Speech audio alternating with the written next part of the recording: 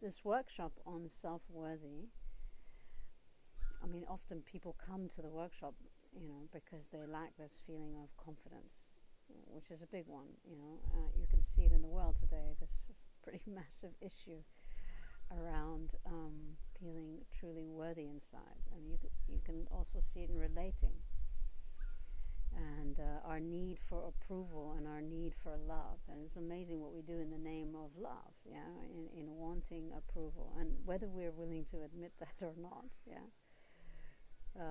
because I grapple with it myself, recognizing sometimes how what I do out of that need for recognition or approval can be very painful sometimes to see, because it points to a place of feeling what I feel that I lack inside, which brings up all that feeling around deficiencies. I'm not good enough, and of course, which connects me to the I'm unworthy. And I know a lot of you watching this right now know what I'm talking about, not feeling good enough. That's a key sentence right there that probably is one of those sentences that most people can say that they know them, inside themselves, And it's amazing how many people we have in the world today overriding that, by being achievers and having to show and prove to the world they're good enough by obtaining as much as they can, or being successful and making it look really good on the outside. But it still doesn't take that inner feeling of self-worthiness away. Do I really feel worthy of love? Am I lovable? And that, of course, cannot be replaced by any item. It's not an outer fix. It's sadly, it's what we try to feel. It's this inner feeling. It feels like a hole inside, and that's why we feel like we're, in many ways, filling the hole. That's why people go into addictions, or become obsessive compulsive, or anything not to feel that pain of I am not good enough or worthy. And it starts early on when we're kids. If you didn't get mother or father recognition, hey, I really see you, hey, I really love you, I'm really here, and being held and having that contact, you can imagine what that kid is going to grow up and, think of him or herself, Am I lovable? Am I worthy of love? And they're either going to be a full-on achiever, or they're going to be really passive and, be sarcastic about life, or, worst case scenarios around depression. I'm not good enough. And what does it mean to face that hole of, am I worthy? So here's what gets interesting for me when we start to really go to the point that most of us are walking around or avoiding or trying to fill or not wanting to go to, which is that place of, what is the story that I keep telling myself that I'm not good enough?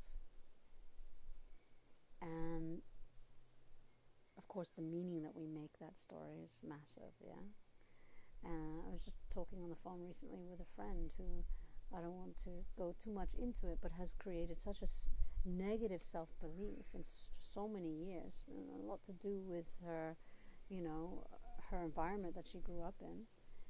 But as an adult, it's decades later, and she still has that imprint on her, and it's sabotaged her big time in her life today. And I know that a lot of you also watching also know exactly what I'm talking about. It's this belief that we somehow adopted early on in our childhood about why we don't feel good enough. So the part that I like in this particular workshop is we go to the core place of, what is it? What is that place, that belief, that concept that's so gripping on us as adults, even though we know, we can consciously see we're not that kid, that wounded child anymore, but we still carry all those concepts and beliefs and judgments about ourselves. We're the hardest on ourselves. So I find this work to be very liberating, because when we're really willing to go to the core point of what it is that holds me back, that sabotages me, that tells me again and again that I'm not good enough, and to really go to that place and to unpack that whole thing and to start to look at what it is, we start to move to a completely different place in ourselves. It's like we open up our eyes and we see full view.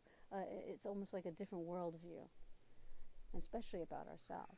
Of course, when we change our lens, we change the relationship with ourselves, which is actually where it all affects our outer view, of how we have a relationship with ourselves.